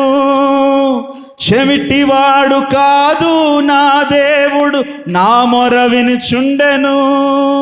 మూగవాడు కాదు నా దేవుడు, నాతో మాట్లాడును. హల్లెలూయా. మూగవాడు కాదు నా దేవుడు, నాతో మాట్లాడును. జీవము గలవాడు నా దేవుడు, జీవించుచున్నవాడు. జీవము గలవాడు నా దేవుడు, జీవించుచున్నవాడు. హల్లెలూయా. ఈయన మాట్లాడతాడని, ఈయన బదులిస్తాడని, ఈయన మొర వింటాడని కదా ఆయన దగ్గరికి వచ్చావు. ఆయన దగ్గర అడగకుండా ఆయన చెప్పనిది, ఆయన ఆలోచనలో లేనిది, ఆయన తలంపులో లేనిది నీకు నువ్వే దేవుడు చెప్పాడని చేసేసుకుంటే, నీకు నచ్చిందల్లా చేసేసుకుంటే జాగ్రత్త, దేవుడు దానిని మరణముగా ఎంచుతాడు, హేయముగా ఎంచుతాడు. వీళ్ళందరూ బలిపీఠాలు కట్టేశారు. ఎక్కడ? బేతేల్లో కట్లా, బేతేల్లో కట్లా, సియోనులో కట్లా, హెర్మోను మీద కట్లా, కర్మేల మీద కట్లా. ఎక్కడ కట్టారు? బెన్ హిన్నోములో కట్టారు. దేవుడు చెప్పలేదు అక్కడ కట్టమని. యాకోబుకు చెప్పాడు బేతేల్లో కట్టు బలిపీఠం. ఏలియాకు చెప్పాడు కరిమెల్లో పట్టు బలిపీఠం. మోషేకు చెప్పాడు హోరేబులో కట్టు బలిపీఠం. దేవునికి స్తోత్రం. వీళ్ళకి చెప్పలా బెన్ హిన్నోములో కట్టని. వీళ్ళకి నచ్చినట్టుగా వెళ్ళి బలిపీఠాలు కట్టేసుకుని వీళ్ళకి నచ్చింది చేసేసుకుంటున్నారు. ఈరోజు చాలామంది దైవజనుల పరిస్థితి అదే. దేవుడు చెప్పడం, బైబిల్ కాలేజీకి వెళ్ళి బైబిల్ పట్టా పట్టుకుని ఇదిగో ఆల్రెడీ 10 చర్చిలు ఉన్న ఒక వీధిలో మళ్ళీ ఇడో చర్చి పెడతాడు. ఎక్కడికో చర్చి పెట్టావంటే దేవుడు చెప్పాడు. దేవుడు చెప్తాడా? 10 చర్చిలు ఉన్న చోటను వెళ్ళి ఎడారిలోకి వెళ్ళమంటాడు. ఎక్కడైతే నశించిపోతున్న ఆత్మలు ఉన్నాయి అక్కడికి వెళ్ళమంటాడు కదా దేవుడు. కనుక ప్రియ దేవుని బిడ్డలారా, నీ ఆలోచనలో నీకు తోచింది చేయొద్దు. దేవుడు ఆలోచన అడుగు, దేవునికి మహిమ కలుగునగాక. అలా దేవుని ఆలోచన లేక మీలో కొందరు తీసుకున్న నిర్ణయాల వల్ల మరణం అయిపోయిన స్థితిలో మీలో చాలామంది ఉన్నారు. బతికున్నారంతే, నన్ను చూస్తున్నారంతే, కూర్చున్నారంతే, కానీ మీలో నిర్జీవ క్రియలే, మీలో జీవము లేని పనులే, మీలో అన్ని పాడు చేసే పనులే. బాగు చేసేవారు ఎవరు లేరు. వాక్యం చెప్తుంది, నీతిమంతుడు లేడు, ఒక్కడును లేడు. అయితే ఇలాంటి మరణకరమైన పరిస్థితుల్లో ఏం చేయాలి? ఇలాంటి మరణపు లోయలో జీవించాలంటే ఏం చేయాలంటే, ఎక్కడ నీకు ఆశను చిగురించే ఒక దేవుడు ఉన్నాడు. దేవునికి స్తోత్ర. ఆయన ఏం చేస్తాడో తెలుసా? చూడండి, హోషియా ఆ గ్రంథము ముగించేస్తాడు నేను త్వరగా. హోషియా 13వ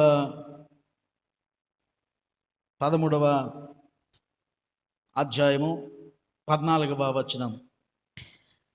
అయినను పాతాళ వశములో నుండి నేను వారిని విమోచింతును, మృత్యువు నుండి వారిని రక్షింతును.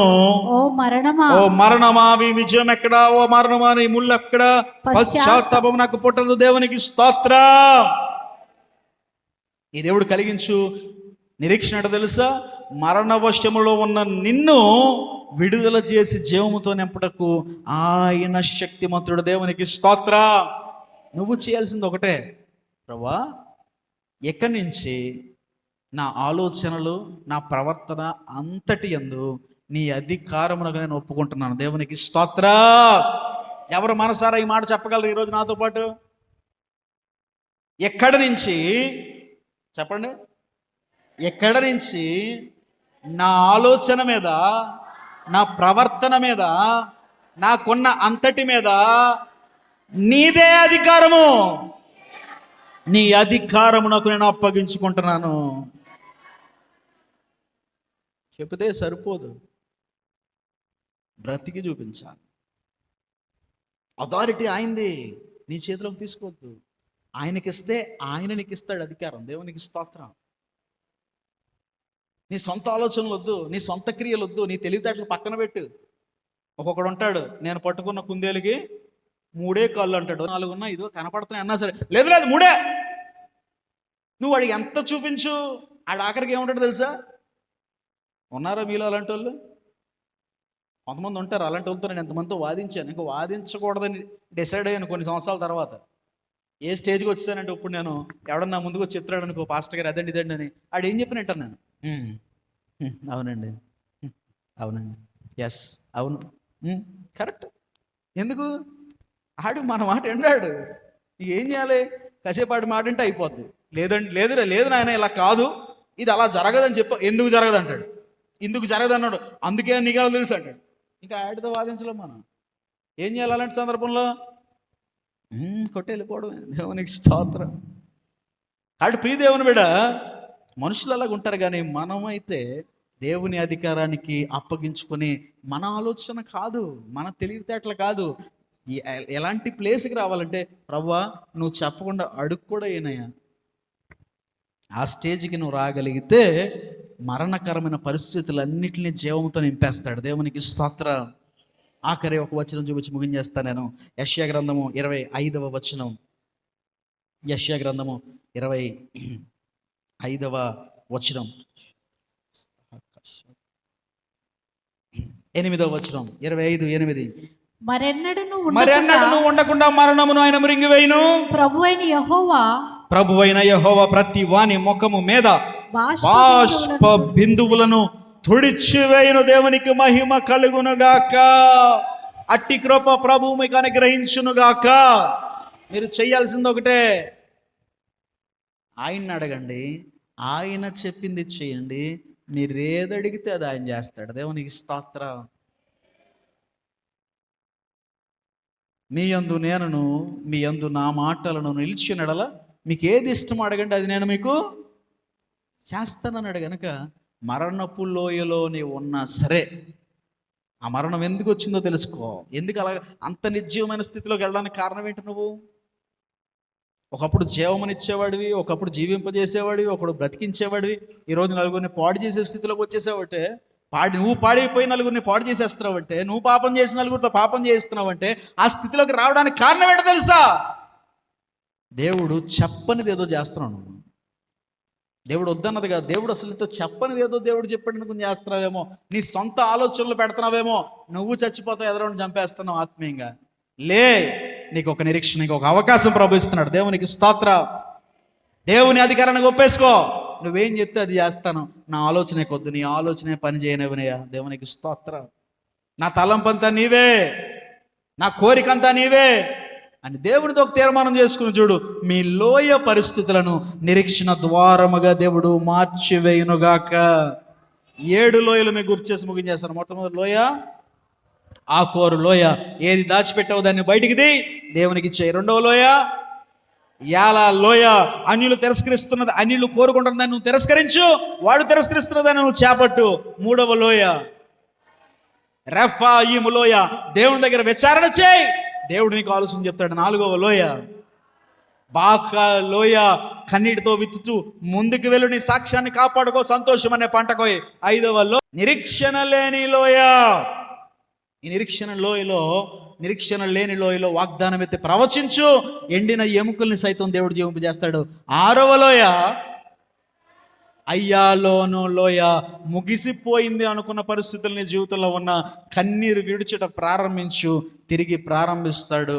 ఎలాంటి పరిస్థితులను స్తంభింపజేస్తాడు. 7వ లోయ బెన్ హిన్నోము లోయ, మరణపు లోయలో నీవు ఉన్న దేవుడు చెప్పనిది ఏదో నువ్వు చేస్తున్నామని గ్రహించి ఆయన ఆలోచనకు నీ చేతులు అప్పగించాయి. దేవుడు ఆశ్చర్యకరంగా నీ లోయ పరిస్థితులను నిరీక్షణ ద్వారాలుగా మార్చేస్తాడు. అట్టి కృప ప్రభు మనందరికీ అనుగ్రహించునుగాక. మోకరించుదాం, ప్రార్థనలో ఏకీభవిద్దాం. ప్రభు మాట్లాడిన ప్రతి ఇదిగో దేవా నా జీవితం, ఆపాదమస్తకం నీకంకితం. ఇదిగో దేవా నా జీవితం, ఆపాదమస్తకం నీకంకితం. శరణం నీ చరణం, శరణం నీ చరణం, శరణం నీ చరణం, శరణం నీ చరణం. ఇదిగో దేవా నా జీవితం, ఆపాదమస్తక నీకంకితం. ప్రార్థన చేయి. ఎక్కడ వైదొలిగిపోయావో, ఎక్కడ నీ ఆలోచన ఉపయోగించావో, ఎక్కడ నువ్వు అనుకున్నదే మేలైనదని నీ తలంపులు నువ్వు కలిగి ఉన్నావేమో.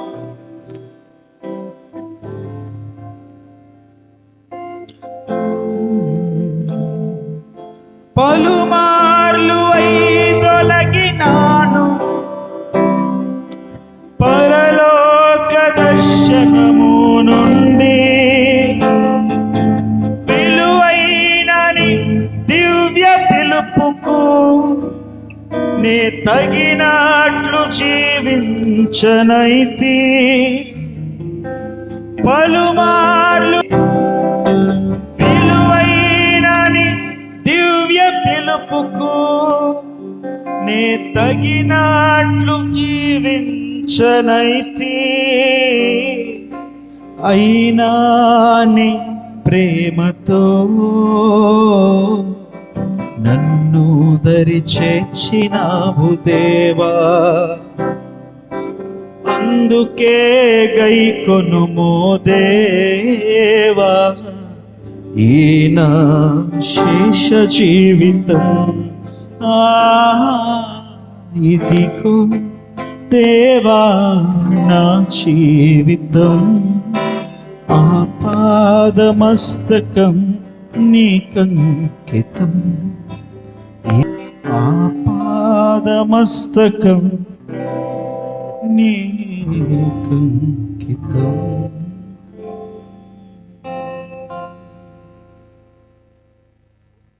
విలువైన ఆయన పిలుపు నీ సొంతం ప్రియ దేవుని బిడ్డ. వైదొలిగిపోతున్నావేమో ప్రభు ఇంకొకసారి నిన్ను హెచ్చరించి నీతో మాట్లాడి ఉండగా